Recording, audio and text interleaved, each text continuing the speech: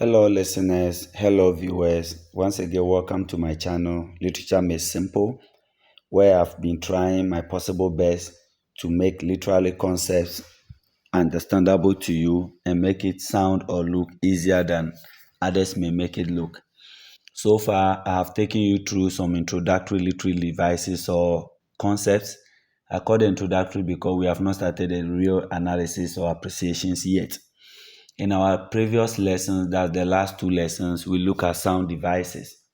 Today we are going to look at some figurative or literary devices. The three devices that I'll take in today's lesson are metaphors, similes, and personifications. Now let's zoom straight into the lesson. What is metaphor? Metaphor is the comparison between two dissimilar things. That is quite academic, right? I mean, the definition sounds very academic. What do we mean by comparison between two dissimilar things? All we are trying to say in this definition is that metaphor involves one, comparison. Once the word comparison is used, it means that there's more than one involved. And usually in metaphor or with metaphorical statements, the comparison happens between two things. These two things are not the same. They are different. That's what we mean by two dissimilar things. They are different. Now, if they are different, why then do we have to compare them? Metaphor basically involves qualities. You are not comparing literally the two things involved, but you are comparing qualities that are common to these two things. And usually, readers or listeners are aware of the qualities in one of the things. Therefore, you are using that background knowledge of your viewers or your listeners to help them understand the new concept you are introducing to them or the new message that you have for them. An example which is not on my screen: my joy is a river. Joy and river are not the same things, they are two different things. The right vocabulary, two dissimilar things. Now, what am I comparing here? Rivers flow continually, or they have a continuous flow. So, in an attempt to let my audience understand how I'm always happy, just saying I'm always happy sounds a bit literal. Therefore, I tell them my joy is a river, expecting or believing that they are aware that rivers flow continually. Therefore, my joy also flows continually, or I'm always happy.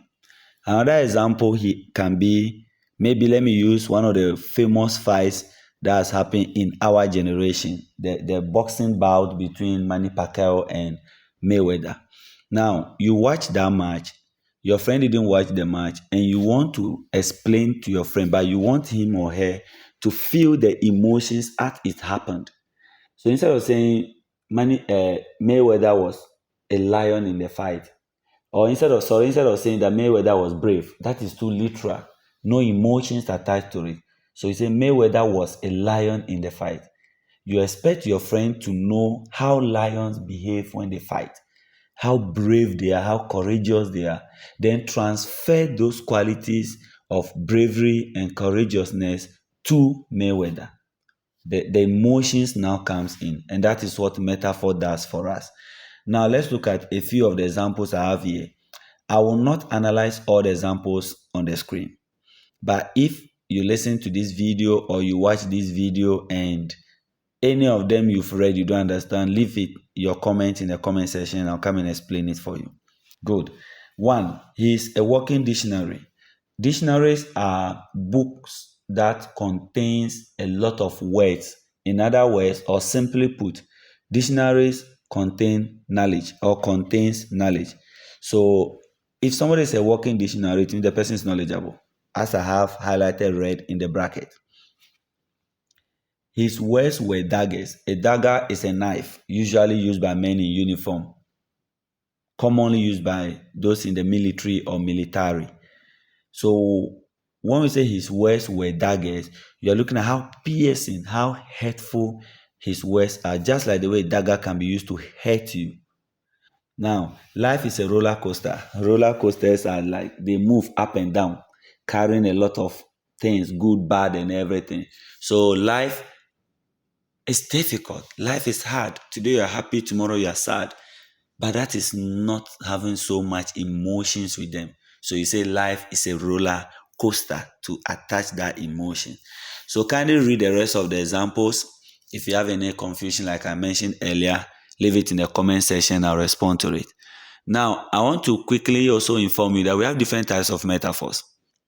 We have simple metaphor, primary metaphor. All the metaphors I've mentioned today are simple or primary metaphors. We have extended metaphors, we have complex metaphors. Now, let me give an example of a complex metaphor. With a wooden face, just that.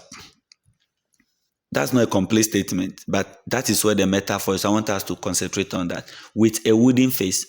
Now, how does the face of a wood look like? No emotions, simple. Whether happiness, sadness, anger, or being angry, no emotion. So if I tell you he left with a wooden face, I'm practically saying that he left with no emotions on his face. Simple. That's the quality that I'm transferring, or that's the quality for which I am comparing his face to a wood. Now we call it a complex metaphor because I did not mention the two things that is being compared as we do in simple or primary metaphor. The next device I want us to look at is simile. Simile, just like metaphor, also compares two dissimilar things. Usually, we have one main difference between similes and metaphors, and that is similes compare using basically as and like. Sometimes so, but basically as and like. Metaphors do not compare using as and like. Most of the books you read this about or as one of the differences. Another key difference between similes and metaphors I want to draw your attention to is with similes, the quality that is being compared is usually mentioned. Sometimes, if they are using like not clearly mentioned, but it's still an idea will be given about the quality. With metaphor, no quality is mentioned. You have to deduce that yourself. Look at examples on the screen. Let me take the first two examples. One, as blind as a bat. It means he's completely blind. He cannot see. He's unable to see. But the quality I'm comparing is blind. If this is metaphorical, he is a bat. Now, when I say he is a bat, a lot of things may come to your mind if you do not have background information about why I'm describing him as a bat. Eating at night could make him a bat. But here, being blind, bats do not usually see or they don't have eyes. So being blind could also make me describe him as a bat. Metaphor, quality not mentioned. You have to deduce it yourself. Another example, as busy as a bee. You all know how busy the bee is. But the quality of being busy is what I'm comparing here. So John is as busy as a bee. So I'm comparing John to a bee by looking at the quality of busyness or being busy. If it's metaphor, I'll just say John is a bee, expecting you to look for the quality that the bee possesses that John is displaying or portraying. The third one is as cheap as chips. So here too, cheap is being mentioned here, which is the quality, which will not be found in metaphor. Then let me look at one example that has like, she eats like a pig. Good. Now, metaphor, she's a pig. A lot comes to mind. Pigs are intelligent. If you read George Orwell's Animal Farm, you realize how intelligent the pigs were, even though it's a fictional story, if I'm right, but still pigs display intelligence. Pigs are dirty. They always love the mud, and pigs are like gluttons. They eat a lot. So if I just say he's a pig, you need enough information or additional information to be able to decipher what I'm trying to say, to be able to deduce that quality that I'm trying to bring to your understanding or bring to bear. But in simile, you just say she eats like a pig. We already know the quality of eating, glutton, how much the person can eat, how rough, how hastily the person can eat.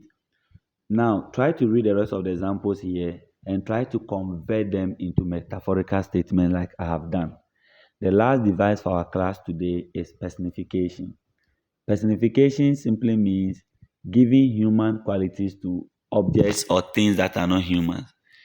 Academically, it is defined as giving animate qualities to inanimate objects, animate human to inanimate objects. In other words, personifying things that are not human, making things that are not human behave or to act or to do things like humans do.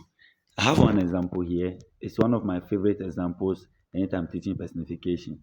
The wind tiptoed through the garden.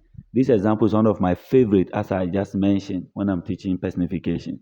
When we say the wind tiptoed through the garden, what are we trying to talk about?